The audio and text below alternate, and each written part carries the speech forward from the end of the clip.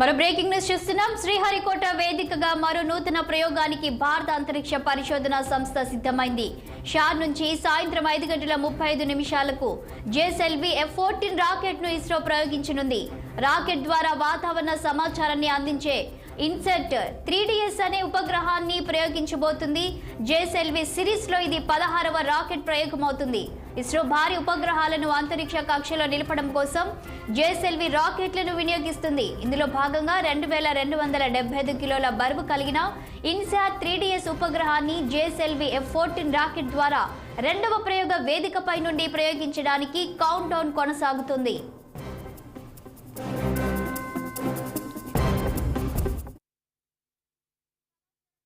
బలోపేతం చేయడం కోసం ఇస్రో ఈ ప్రయోగాన్ని నిర్వహిస్తుంది. ఇప్పటికే ఇన్సాట్ తరహా భారత ఉపగ్రహాలు 23 అంతరిక్షంలో తిరుగుతున్నా అందులో కొన్నింటికి కాలం చెల్లడంతో వాటి స్థానంలో ఇస్రో కొత్త ఉపగ్రహాలను ప్రయోగించనుంది. వాతావరణంలో అంచనాలు, విపత్తుల ముందస్తు గుర్తింపులకు అవసరాలతో పాటు సముద్ర ఉపరితల పర్యవేక్షణకు ప్రకృతి వైపరీత్యాలను గుర్తించడానికి ఇన్సాట్ 3DS ఉపగ్రహం ఉపయోగపడుతుంది. ఇక ఇదే అంశంపై మరింత సమాచారం మా ప్రతినిధి నెల్లూరు కృష్ణ లైవ్ లో అందించడానికి సిద్ధంగా ఉన్నారు. చెప్పండి కృష్ణ, JSLV F-14 రాకెట్ ప్రయోగం నేపథ్యంలో మీ వద్ద ఉన్న సమాచారం ఏంటి?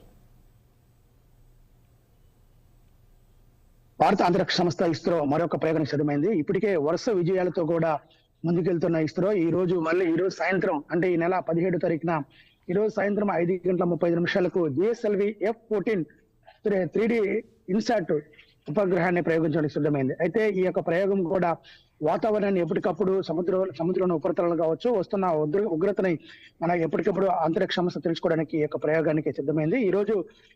ఈ ప్రయోగం విజయవంతం కావాలని కూడా ఇప్పటికే ఇస్రో చైర్మన్ సోమనాథ్ చటర్జీ కూడా లోకల్లో ఉన్న ప్రముఖ దేవాలయం చెంగళం ఆలయంలో కూడా ప్రత్యేక పూజ నిర్వహించారు. ప్రతి సంవత్సరం కూడా ప్రతిసారి కూడా ఏదైతే ఇస్రో ఎందుకంటే ఉమ్మడి నెల్లూరు జిల్లా సేరుకోట ఆవిడలో ఉన్న 2 ప్రయోగ వేదిక నుంచి ఆ ప్రయోగం జరుగుతుంది. దీంట్లో భాగంగానే ఎప్పుడు రాకెట్ ప్రయోగం జరిగినా కూడా ఇస్రో చైర్మన్ సోమనాథ్ చటర్జీ కావచ్చు, ఇంతకుముందు ఉన్న ఇస్రో చైర్మన్ కూడా ఎవరైనా సరే ప్రముఖ దేవాలయమైన సూలూరుపేటలో ఉన్న ఆ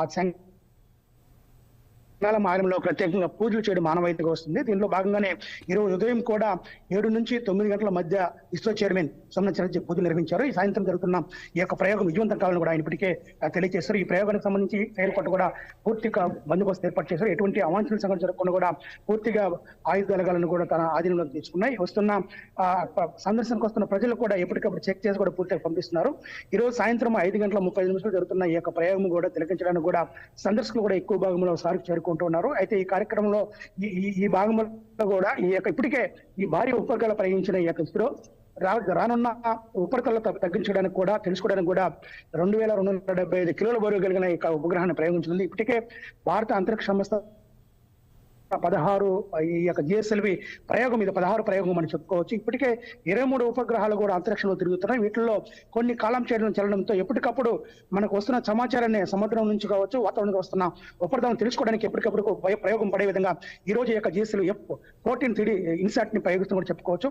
ఈ ప్రయోగం ద్వారా కూడా అనేక వాతావరణ మార్పులు కూడా తెలుసుకునేందుకు అవకాశం ఉంది. ఇలాంటి ప్రయోగాలు ఇంకా ముందు చేసే విధంగా కూడా ఇస్రో శాస్త్రవేత్తలు కూడా ప్రయోగం సిద్ధపడుతున్నారు. అయితే ఇప్పుడున్న 23 ఉపగ్రహాలు కూడా కొన్ని గుర్తించారు. ఎన్ని ఉపగ్రహాలు మనకు అక్కడ వాతావరణ శాఖకు సంబంధించి మనకు సమాచారం అందిస్తున్నాయి, ఎన్ని లోపాల పరంగా ఎన్ని వీడిపోతున్నాయి, దీన్ని గుర్తించి ఈ యొక్క F-14 శాటిలైట్లు కూడా ఉపగ్రహాన్ని ప్రయోగిస్తున్నట్టు తెలుస్తుంది. దీన్ని పూర్తిగా ఈరోజు సాయంత్రం 5:35 శ్రీహరికోట షార్లో ఉన్న 2 ప్రయోగ వేదిక నుంచి కూడా ప్రారంభం కానుంది. శాలిని.